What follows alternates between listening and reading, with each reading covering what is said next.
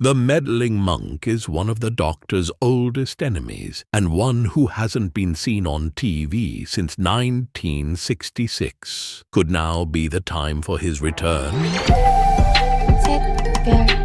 Strangely, for such an important and groundbreaking character, the meddling monk has disappeared into relative obscurity since his first appearance in 1965's The Time Meddler. We say groundbreaking because his character marked the first time that the Doctor encountered another member of his own race, the Time Lords. Although, of course, at this point in the series' history, they weren't referred to by that name. In The Time Meddler, the meddling monk is attempting to pervert the course of Earth history by tampering with the famous Battle of Hastings in 1066. He plans to destroy the Viking fleet before it reaches England, meaning that the famous Battle of Stamford Bridge will not take place. This was the fight which preceded the Battle of Hastings, when the English had to fight off William of Normandy and his invaders from France. The meddling monk reasons that, with the Battle of Stamford Bridge having been averted, Harold Godwinson and his army will be better placed to defeat William the Conqueror and win the Battle of Hastings, altering the course of human history. The meddling monk boasts that this slight alteration to the timeline will accelerate human development by centuries. Of course, the Doctor cannot abide such scandalous interference and sets about trying to defeat the meddling monk and keep history on track. And this is another reason why the Time Meddler was such an important adventure. Prior to this, the established rules in Doctor Who about time travel were that you can't rewrite history, not one line, as the Doctor himself had proclaimed in the Aztecs, when his companion Barbara sought to change the nature of Aztec society. But in the case of the meddling monk, the rules appear to have been altered. Time can indeed be rewritten, and it's up to the Doctor and his friends to stop the renegade Time Lord in his tracks. As such, and ironically, the Time Meddler actually changed the course of Doctor Who history, as this new rule became the standard, and it is now readily accepted in the Whoniverse that time can be rewritten, apart from certain fixed events which are unchangeable. The Time Meddler was also interesting in that it actually showed the meddling monk's TARDIS, which was similar in every way to the Doctor's machine. This cemented the idea that such vehicles were commonplace on the Doctor's home planet, but again, it did make an alteration to the established Doctor Who canon. Before the Time Meddler, it was stated that the name TARDIS was invented by the Doctor's granddaughter Susan, who made up the words based on the ship's initials, time and relative dimension in space. But in this story, the word TARDIS is used in such a way that it suggests that all of these machines bear this name. This doesn't mean that Susan couldn't still have come up with the acronym, but it does stretch credulity somewhat. At the same time, the sight of another TARDIS in Doctor Who is an exciting moment, and the writer Dennis Spooner has fun with this idea in the final episode. The Doctor steals the meddling monk's dimensional control, shrinking the TARDIS interior down to the size of a doll's house, meaning that the monk can neither get inside nor use his machine, and is therefore stranded in 1066. However, such was the popularity of the meddling monk's character, he was not stranded in the 11th century for long. The producers decided to bring him back in the following season for the epic Daleks Master Plan, which spanned an eye-watering 12 episodes. The co-writer of this adventure was again Dennis Spooner, and he was reportedly the one who suggested bringing back the meddling monk. His thinking was that the monk's character could provide some much-needed comic relief to what was a fairly bleak adventure, as well as alleviating some of the pressure on William Hartnell, who, by this stage in the show's history, was struggling with the workload due to the long seasons and declining health. Alas, we only have one of the meddling monk's episodes from the Daleks Master Plan in the archive, episode 10, but it's an important one as it marks the meddling monk's final TV appearance in Doctor Who. In the episode, he is helping the Daleks in their battle against the Doctor as he seeks revenge for being stranded in 1066. But once again, the Doctor gets the better of his interfering enemy and steals the directional control from the monk's TARDIS, leaving him unable to properly control his machine.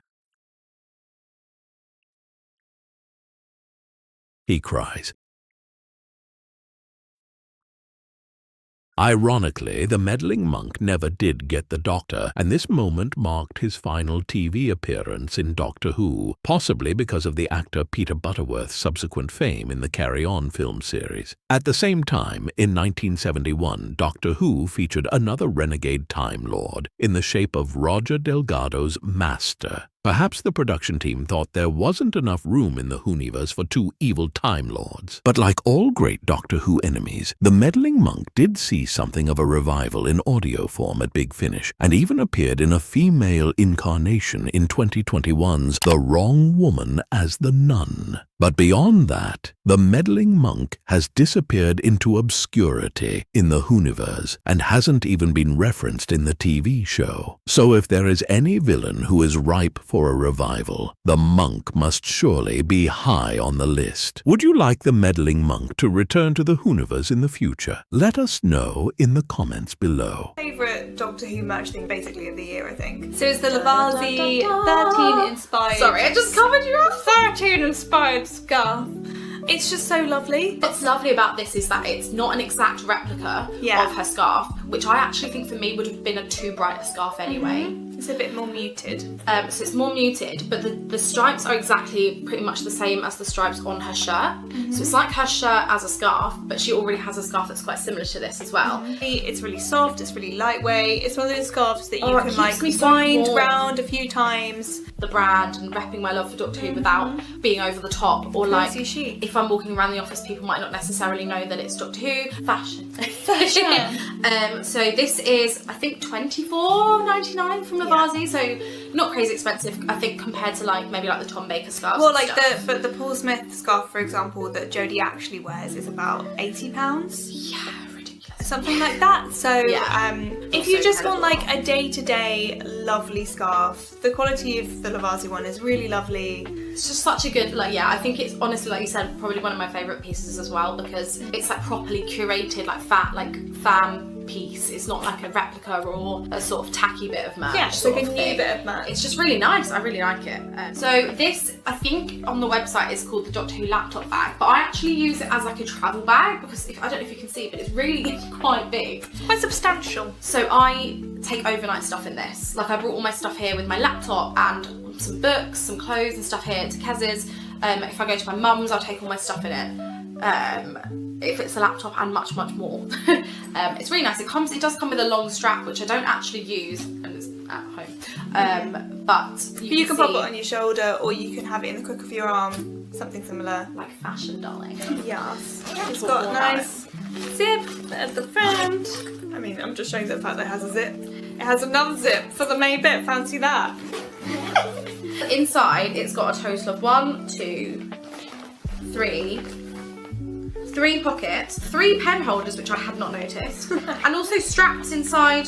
Oh no, there's one massive pocket. What's this for? I think that's for the laptop. Oh my god, there's like an actual pocket for the laptop. Oh my gosh. It might also be good if you go to the gym. Like it would Yeah, be it'd a be good a gym great gym bag. or something similar Yeah, like that. I agree. But yeah, definitely for like overnight stuff. Like if you're going for a weekend away or just staying with family or something. Yes, I really like it. I think it's a lovely gift for if you want to get someone a bigger present, or if you want it for yourself, just like if you need a new bag. There's a nice variation of things here with things that are more kind of gifty, and then actually what if your friend actually needs a scarf or a bag or a purse or something similar. It's something that they will use as opposed to like something that's maybe a bit, not tacky, but like maybe something they wouldn't use. Do you know what I mean? Like if there's only so many TARDISes you can use.